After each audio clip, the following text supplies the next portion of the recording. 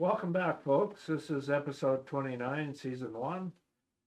Today we thought we would discuss our premier, or my premier, Danielle Smith, and she's not so great, believe me. What she is doing is undermining Canada's position in dealing with the sanctions from the South with Trump. And she does speak out both sides of her face, so you can't trust what she's saying or doing.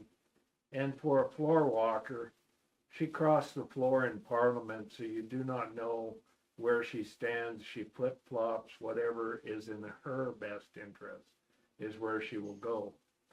My contention in this discussion we're going to have today is, what is her role in Canada, and why is she persisting on the separation movement and perpetuating it at all costs to Albertans and Canada?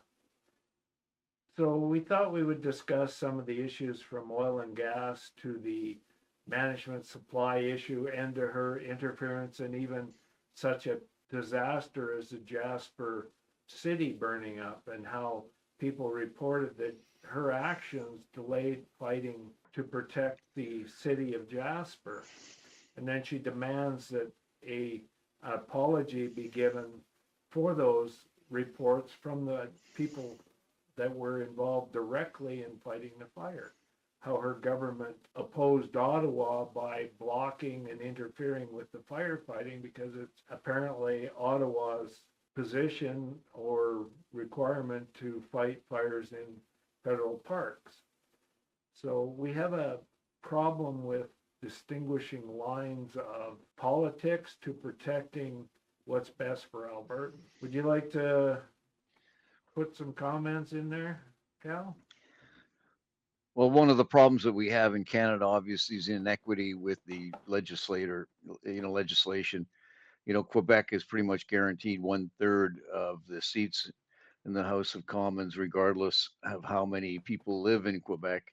The Western provinces are growing more rapidly than the maritime provinces, giving an inequity in the seats per voter. And of course, Alberta thinks that it's being mistreated because it pays into the equalization every year, roughly about the same amount that Quebec takes out. So there's a huge friction between those two provinces. Of course, Quebec is considered a have not province, even though it's got substantial electrical resources that do not factor into their have or have not calculation.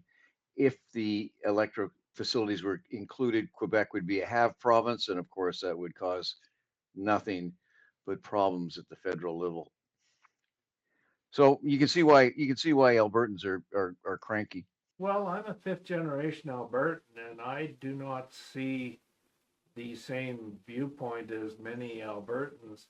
And most of these Albertans that have a viewpoint came to Alberta since the 1980s onward. And I'm a minority in my own province for being a fifth generation Albertan. And we got to see the development of this ideology over time. And it was a gradual implementation of the hate politics that came up from the US. And we have a lot of people from the US working in Alberta oil industry and controlling jobs. So they're usually high-end positions that came up from the US to be CEOs and upper management of our resources, instilling that ideology into our fabric of politicians, and relying on that hate evokes more attention than rational thought and clarity of thinking. And that type of politics where you're generating hate is really divisive. And that's what you're seeing the culmination of through Smith, is a divisive style of politics. And that has been going on with the Conservatives for a long time. And they are very, very much like the propaganda movement of the Republicans in the US. And you see it really coming to Alberta, where we call her MAGA Smith, and rightly so.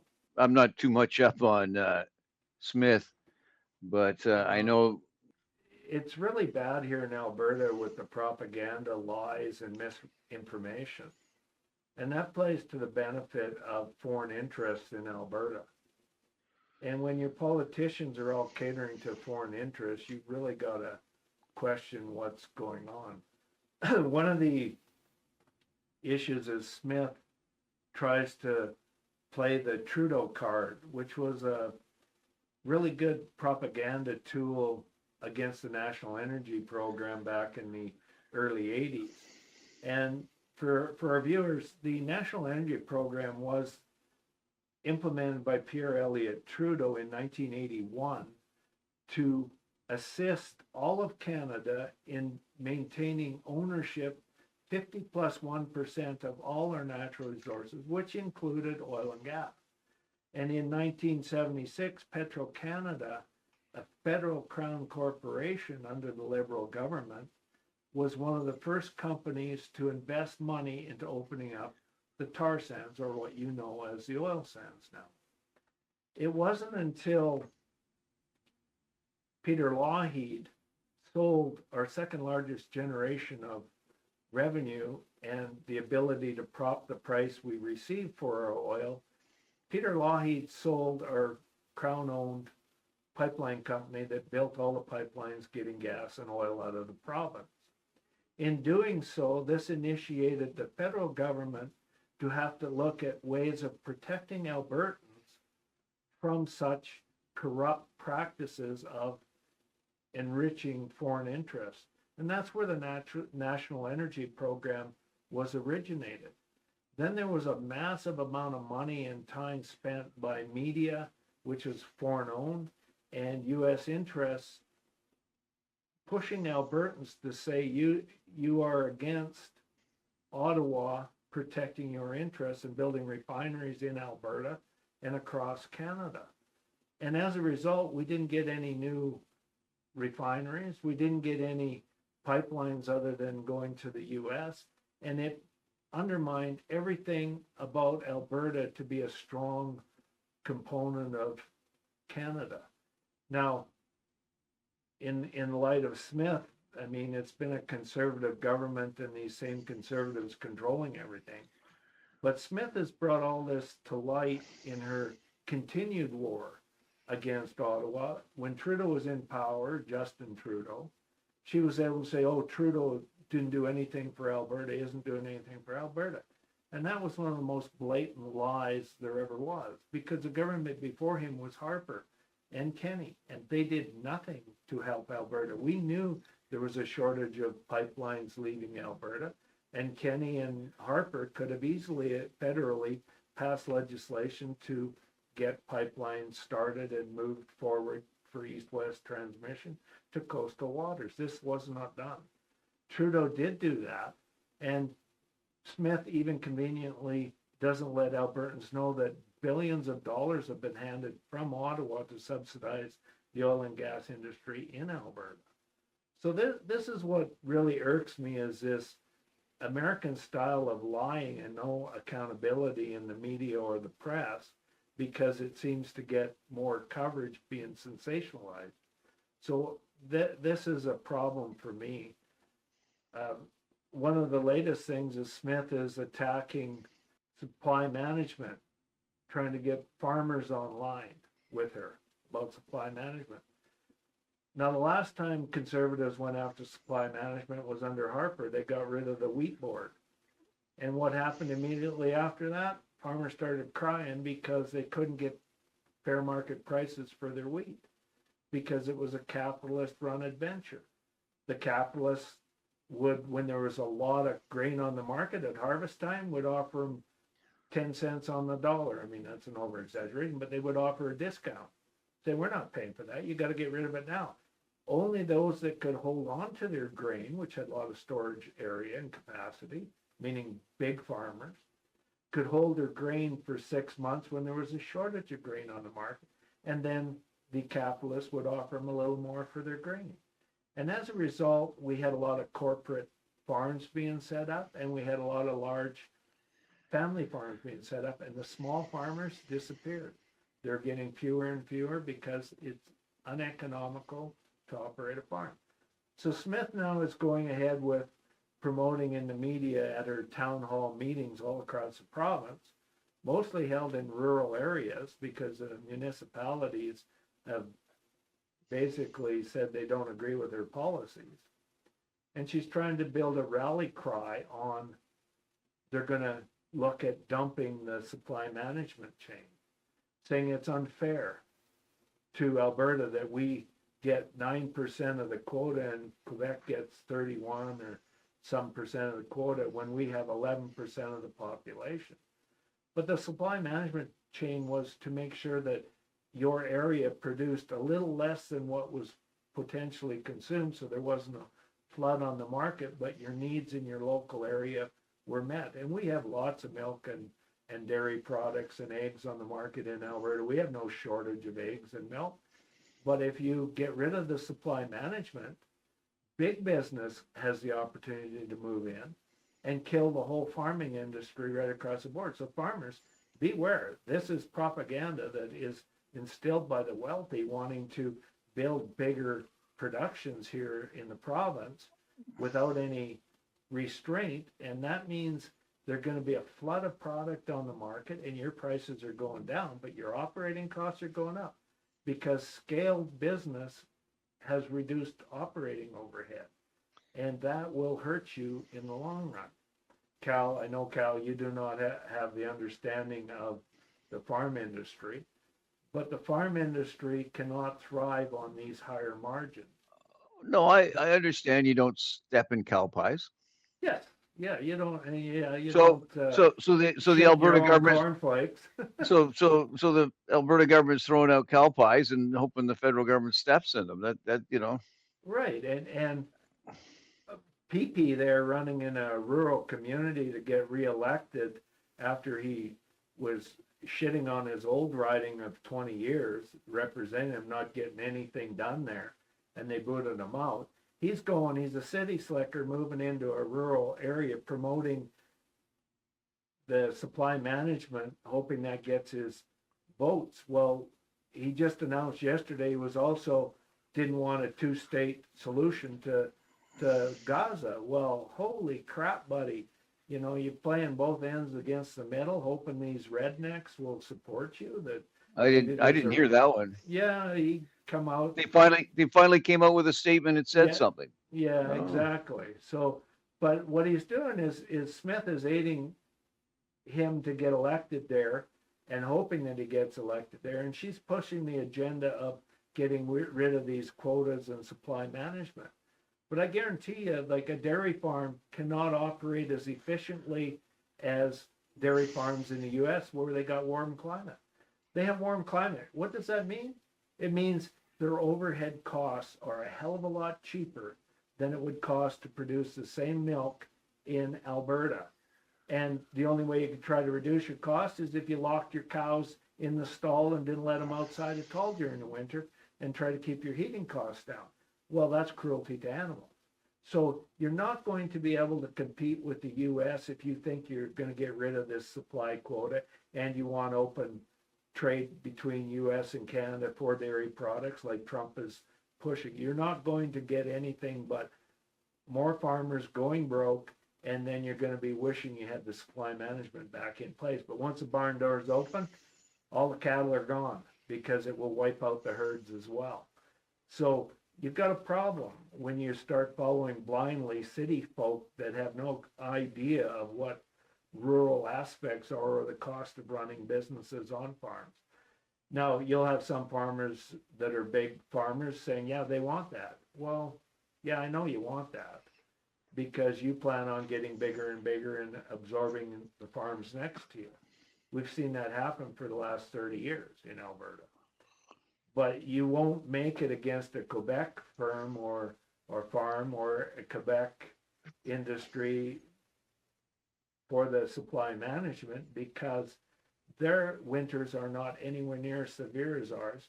they get 2 to 3 crops of hay off a year off their fields, where we get 1.5, maybe 2 if you're lucky of hay off your field. That means their operating costs are way significantly lower. Plus, they have a larger population in the area. To supplement us with their cheaper to produce milk and dairy products is a bonus to Alberta. But with supply management, they can't flood Alberta markets with their cheaper milk and egg products either. So we get a benefit from the supply management that Smith is conveniently not letting you know, blaming Ottawa for supply management that helps Alberta farmers. She's just making noise. It's People are irrelevant. believing her. These farmers are believing her, and they're shooting themselves in the foot. I mean, why don't you just take a shotgun and blow your foot off? You get rid of supply management. That's what happened with a lot of guys in the wheat. When they got rid of the wheat control board, they ended up going broke. So by all means, Cory, you can't fix stupid, and you have a right to be stupid. So, but if, it's in my if you can't door. educate, I don't want stupid in my province. Yeah, well, But let me give you an example why things aren't going to change. Prince Edward Island has a population of 150,000 people. It's got 4 seats in Parliament. Yeah. Mississauga, with a population of 700 plus thousand people, right. has 4 seats in Parliament. So one borough of Toronto, just one, has many times the population of Prince Edward Island, bigger population than Newfoundland, Labrador, and about equal with New Brunswick. And those 3 provinces have 31 seats versus 4. So nothing is going to change that. And Alberta has almost 5 million people now, which surprised me, which is as much as British Columbia. But it only has. You got to compare apples to oranges. Let's continue. Government. Let's continue. Alberta has 37 seats. British Columbia has 43 for basically the same population. Quebec has a smaller population than the 2 of them together, but has more seats. So nothing will change. And Alberta goes conservative all the time. So Smith can say whatever she wants. She's not going to get anything unless she learns how to negotiate. Yeah, but if Albertans don't pull their head out of their arses, they're going to continue whining and crying like little bitches, like they always do, and they never ever take proactive measures to improve our province. They always attack the poor, attack healthcare, attack schools. They are the stupidest idiots I've ever met, and I'm an Albertan, and you know what? I have to tolerate a lot of friends that way too. And over the years, we've split the sheets. I don't talk to a lot of my friends because you can only put up with that shit so long. And of course, they always want to gang up on you for using critical thought.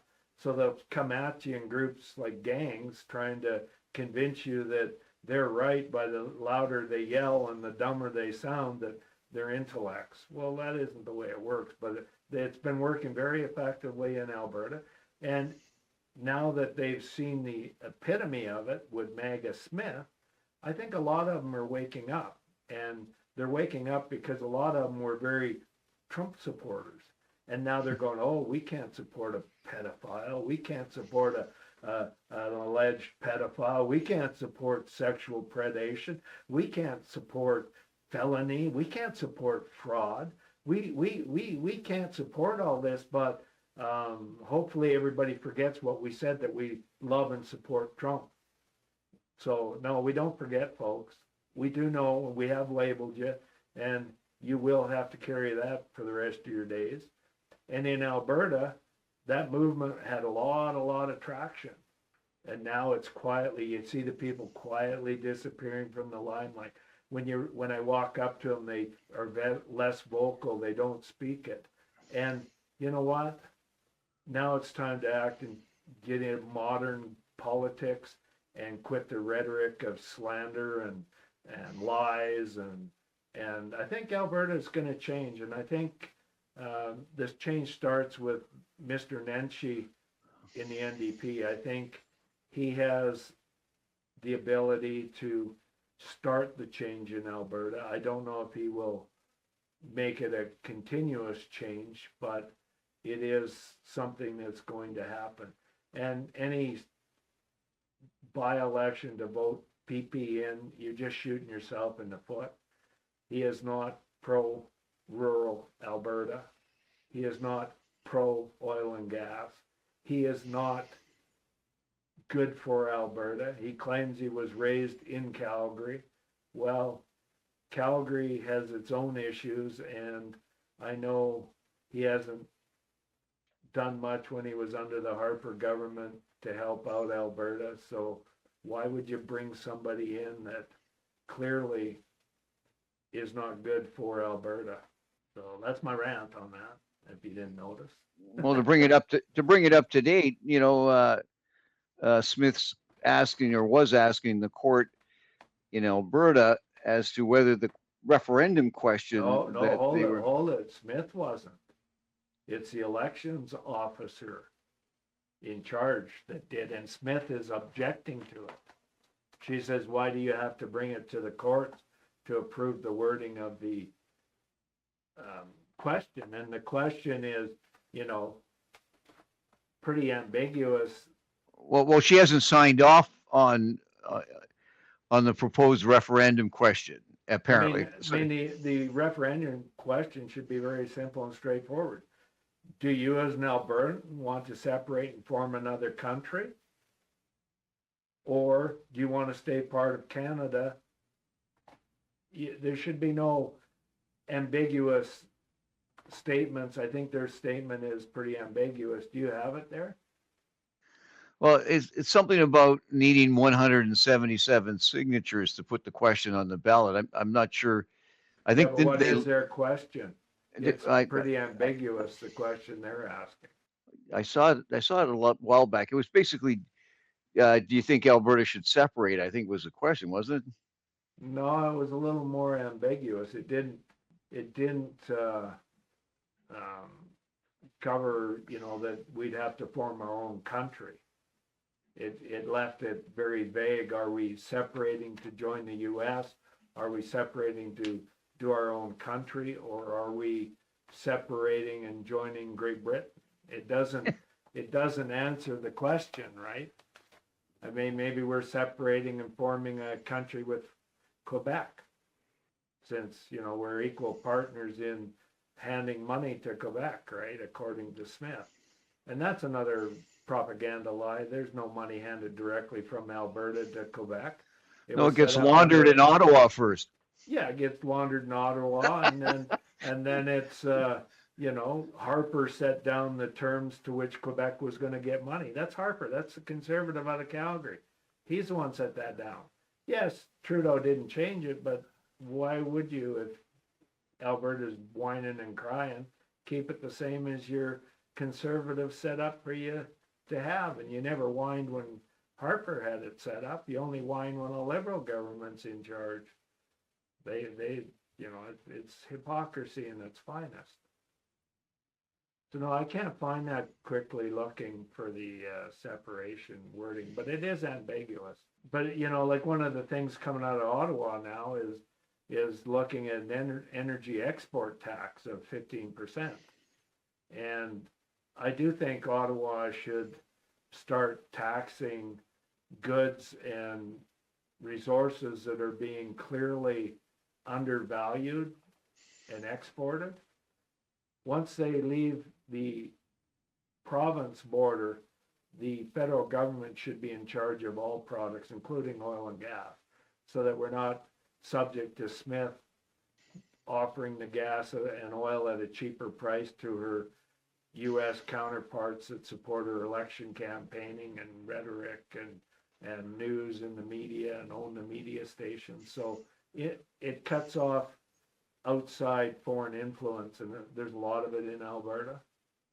So I think that's one issue that she should be talking about. So apparently, apparently what they did was they brought in amendments to the Citizen Initiative Act, which made it more permissive for Albertans the opportunity to launch a referendum petition. Right. So the question by a Mitch Sylvester for a yes or no answer, do you agree that the province of Alberta shall become a sovereign country and cease to be a province of Canada? Was his question. Now, do we put 20 questions on a ballot and pick your question and pick your answer? Or, and that's Yeah. why the electoral chief electoral officer says that it's his responsibility to ensure that the referendum question is constitutional, and he'll ask the question, I guess. Well, I mean, the courts will set down what is a That seems like legitimate a pretty. question. That seems like a good question. You want to be Yeah. in or out? Well, yeah, but it doesn't really say how you're out. It's like Right? Brexit. Of course not. It's like Brexit. Like, They voted for Brexit. Now they're now they're trying to wishing they're wishing they're yeah, back in. Yeah. yeah. They found out they were lied to. Exactly, and that's what was going on in Alberta. We're getting lied to across the board, and that's because we have outside the country influencers doing it, and that is not something that's going to go away unless we make it happen. And that's something that the Alberta government has encouraged because it's always been a conservative government. So they allow it because it's always been beneficial to them. And they've been able to give our resources and revenue away to keep them in power. And power corrupts, absolute.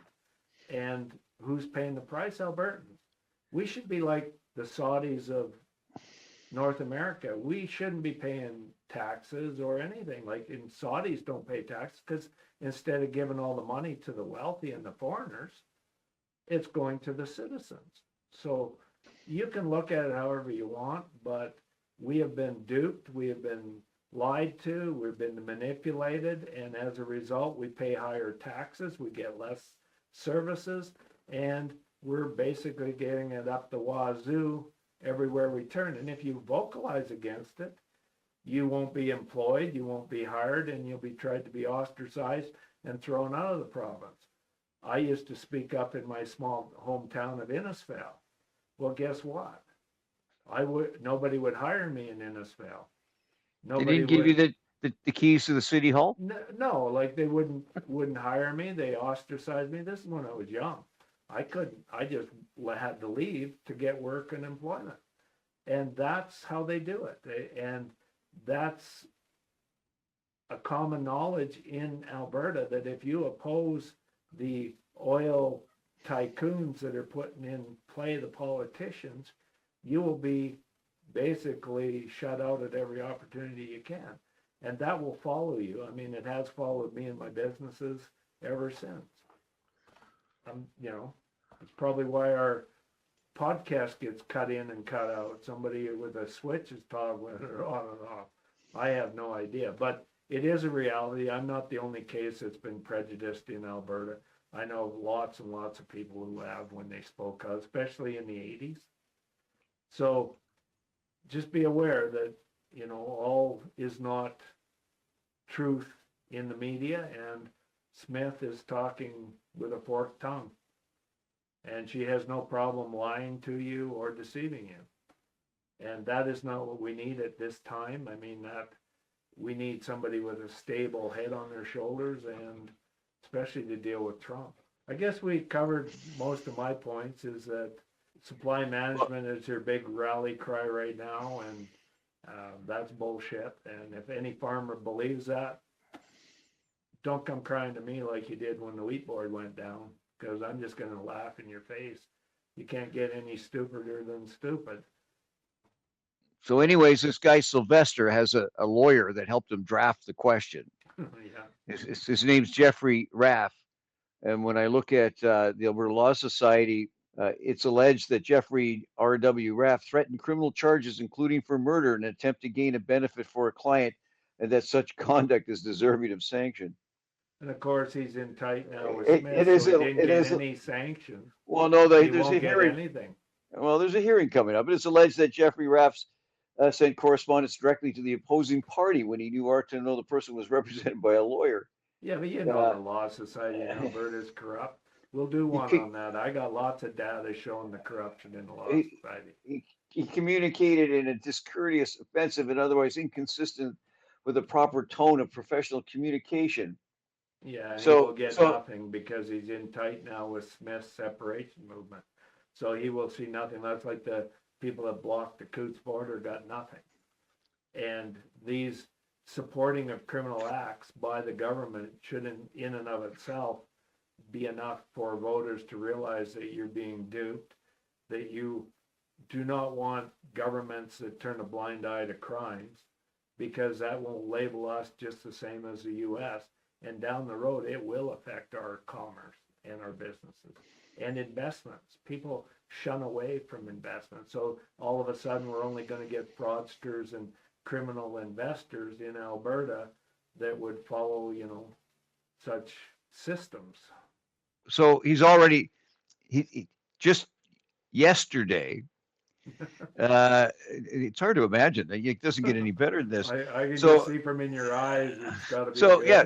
So just yesterday, he was reprimanded in order to pay $10,000 in costs for conceding he breached professional standards. 10 grand. That's I don't know, drop in the bucket probably for this guy. But Probably. but it was 2 citations. Apparently, his first one was he failed to.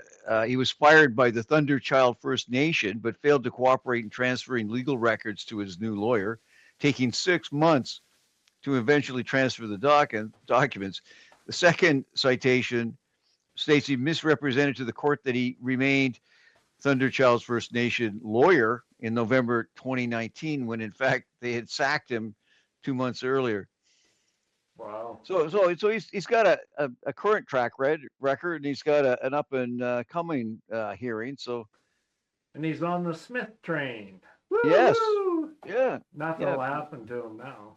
Well, I don't know who Sylvester is, but I wonder if I can find anything quickly on Sylvester. Yeah, I don't know. But I'd be able to do more searching, but I got to run the program for recording. So well, here are these 2 clowns, are upsetting a lot of people in Canada. And it's a clown show, right? And she's in on the clown show for whatever reason, right? Oh, it's pathetic. I mean, Mitch Sylvester has an Alberta Independence podcast. oh, probably. Yeah, Probably got more viewers and followers and subscribers than we do. So if you like us, you better subscribe. It's free. I mean, we need your support to try to get it good conversation and dialogue on some of this corruption that's going on across the country. Well, maybe Cory Lanterman should file a question. Yeah. Why am I still an Albertan? I mean, it's getting so pathetic here that all those in favor of leaving, please leave. Yeah. Well, I mean, go back to where you came from, right? Yeah. I don't want to go there. What did that famous politician that everybody liked, that the Easterners voted into premier? Oh, Ralph the Clown. Eastern scums and bums go home. Wasn't that what he printed across the news headlines? And everybody loved it. Well, I open door policy. Come on, but leave your bullshit back where you came from. Because, we do want to try to have integrity and ethics and morals here in the province, of which we're very lacking now. We totally spilled the turnip cart. I think I fell off the turnip cart a long time ago and banged my head. Or was pushed off, maybe. So, I don't know. I guess that covers the topic. I can't really think of any more about Smith right now, but I'm sure in a day or two she'll be waggling her mouth and something stupid will come out. Well, the interesting thing is that if this guy fails, then what? And how much money are they going to spend on counting this? And who's paying for it? Because true Canadians and true Albertans do not want to separate. And the type of people that are spouting the separation seem to be recent people that were booted out of their communities from out east or out in BC, and they're congregating here where they all have the MAGA community, and that's not good. And then allowing them to break laws without ever having to do anything in the courts or jail time has invited all the radicals here. And now we've got a problem. I mean, you see it all the time, and it's starting to get worse and worse, that they're above the law because they are vocal. But do not take vocal as being the majority of what people think. A lot of us are silent. We only speak up when we have to, and we don't gang up as groups to bully people into joining or else.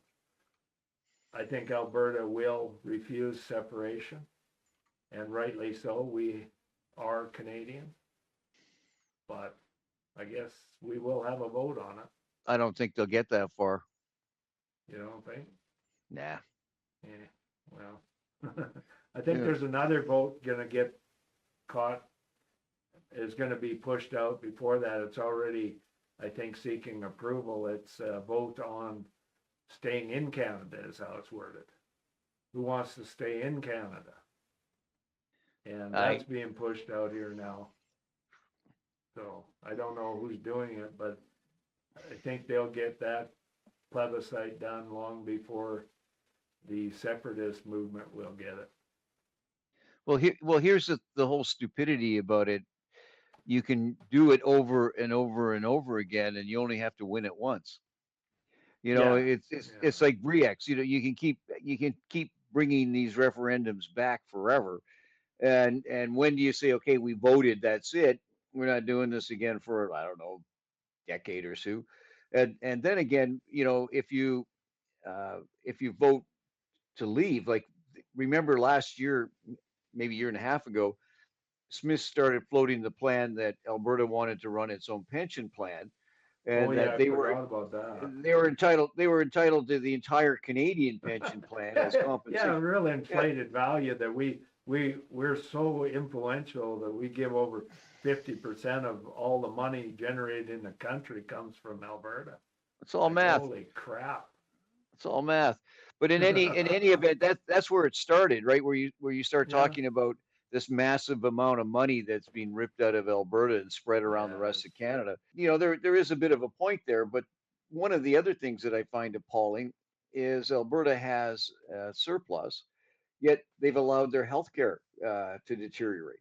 Oh yeah, you know, so they can try to privatize it. Like, yes, when you've got that kind of numbers of people coming, wealthy people trying to privatize it to fund politicians, that's outside influence. That's usually U.S. foreign companies that are wanting this privatization. And who paid for these goddamn doctors' educations? You, the taxpayer, paid for it. And to let them rip us off too is appalling. If they want to go private, maybe you better pay back all the cost of education back to us before we let you start charging us. I remember back when I was younger, a good labor job could make as much as a doctor could make. And that's totally flipped on its head now, where you got to have 3 university degrees and then you make more than a laborer. The pendulum has swung pretty far. Well, look at the cost of housing. Unless you have $500,000, you're not going to be able to buy a house. And there's no way people entering the workforce today are going to have that kind of money unless they inherit it from their parents or get support from someplace, which means that today's youth has got a real problem when it comes to trying to live the same lifestyle as their parents. The housing industry is pretty corrupt, because there's no way you can convince me that a house is worth $500,000. I mean, the lumber is worth very little. The labor is bought and bid on at a low rate. The middleman makes all the money. The contractor and the speculator make all the money. And that's And the municipalities joined in and said, we're gonna charge a huge rate for the parcel land that you're gonna build on, because it's gonna cost us to service it, and then we're gonna charge you. It's capitalization of ignorance in the housing industry. If you had municipalities. It's supply and demand. The Well, demand yeah, but it outstrips. shouldn't be. No, but when Alberta goes from 2 million people in 1980 to almost 5 million in 2023, that's a huge amount of housing that has to be built that they're not going to keep up with. And Well, in the past, a house ranged in size from 850 to 1,200 square feet. okay, if the Now regulations didn't prohibit people from building, I'd go out and build houses for anybody.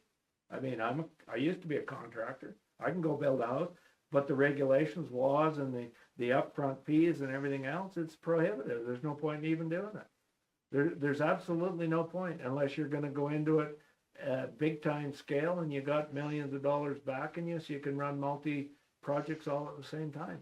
And they've taken it away from people that can do 1 or 2 homes a year and do it for themselves or their friends. They've made it a big capitalist industry. And that's not gonna change unless you put proper politicians in play that understand the root causes of the problem. And, you know, we could do a whole podcast on that too, where I can bring you data and information that people aren't aware of. I can't find how much it actually costs to build a house. Of course, those stats aren't Well, it really. fluctuates. built. It fluctuates because it depends on the area. And I understood though the city of Calgary subsidized every lot that went online for $125,000 in infrastructure costs at one point. We're talking years ago. Years ago, You know, yeah. Yeah, But what 20 are these 20 costs? years ago. What are these costs? I mean, I worked on, when I was young, worked on building subdivisions. The cost isn't what you think it is, and they inflate the cost because the city is operating as a capitalist endeavor now. And one of the issues on housing that keeps being overlooked is that when you put in roadblocks for people to actually build a house on their own, you're catering to the wealthy people to do it. And that's what's going on right now. They're subsidizing, helping out the rich. And, you know, 40% of real estate in, let's even use Calgary, is rental incomes to rich developers. And that was something that was discouraged years ago. You were allowed, I think, to build 1 spec home as a developer at a time. And you couldn't build multiple homes and sell them and all that sort of stuff. So the market dynamics have changed, and they have to go back to a more realistic model. But I'll get into that another day, I guess. I got to run. Okay, take care. Bye. Bye. Subscribe to the channel, give us a like, and please share the video. Don't be afraid to share this commercial with your friends too.